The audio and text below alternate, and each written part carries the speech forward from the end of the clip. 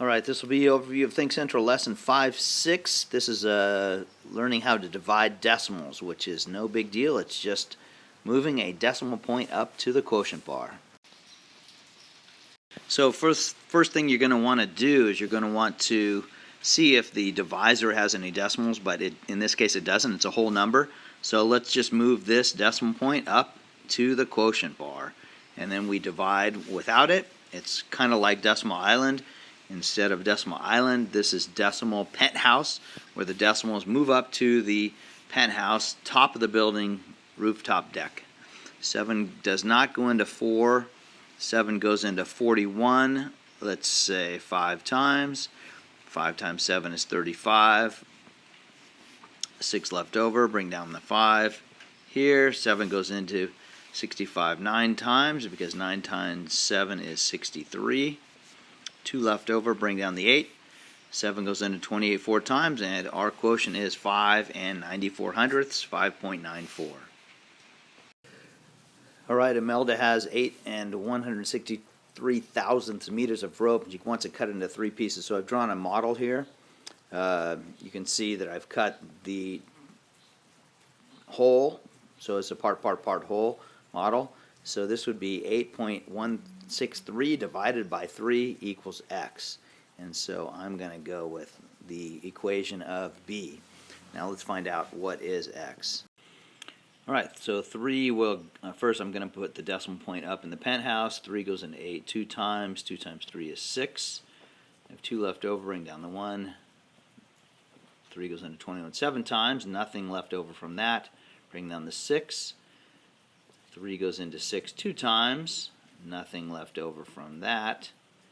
And 3 goes into 3 1 time. So each person will get 2 and 721 thousandths meters of rope. Alright, so we're going to divide 77 into 693 and 77 hundredths. You notice that I've drawn the boxes here, place value sections. 77 is close to 80, so how many times will 80 go into 6 hundredths? It will not. How many times will go into 69 tens?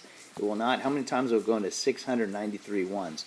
Well, 8 times 8 is 64, so 8 times 80 is 640. So let's try 8 as an estimate. 8 times 77 is going to be, 8 times 7 is 56. 8 times 7 is 56, plus 5 would be 61.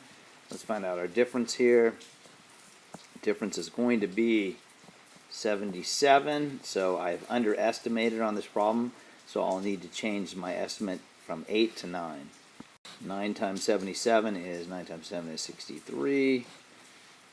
Change that to a 6. 9 times 7 is 63, 69, so there's no difference there. Bring down the 7. 77 does not go into 7. Bring down the other 7. 77 goes into 77 1 times. So my answer, my quotient is going to be 9 and 1 hundredth.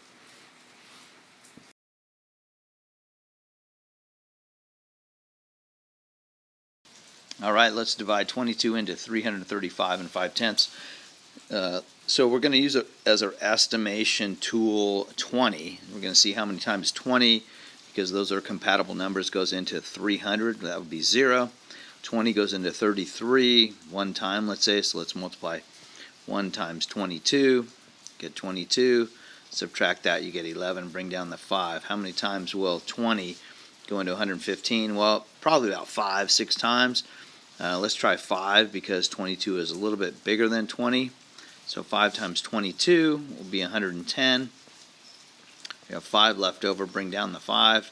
55. 22 will go into 55 2 times. 2 times 22 is 44. And we have 11 left over. We'll go ahead and annex 1 extra 0 here and bring that down so we can finish dividing it. And 110, 22 will go into 110 5 times. So the correct quotient will be 15 and 25 hundredths. You do have to annex the extra 0 here in order to divide it out.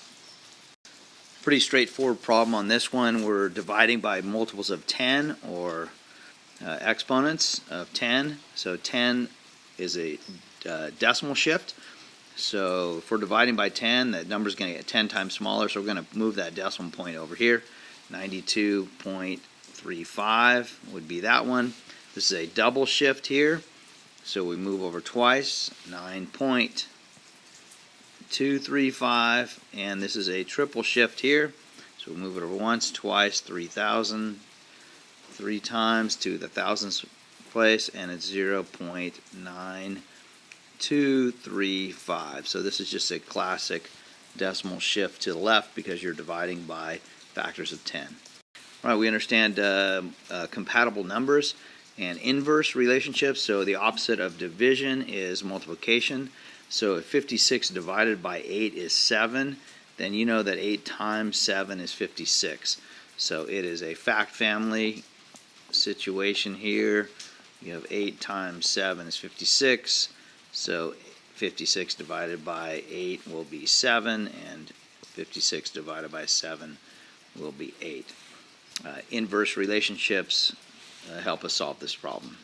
So they're asking us to solve this mentally without calculating. Well, we know that 56 divided by 7 is equal to 8. So what would 5.6 divided by 7 equal? And that would equal 0.8, because it is just the same thing with a single decimal shift here. All right, that's the end of our practice for our first attempt at dividing decimal numbers. Remember to just move that decimal on up to the quotient, and that will help you get the answer.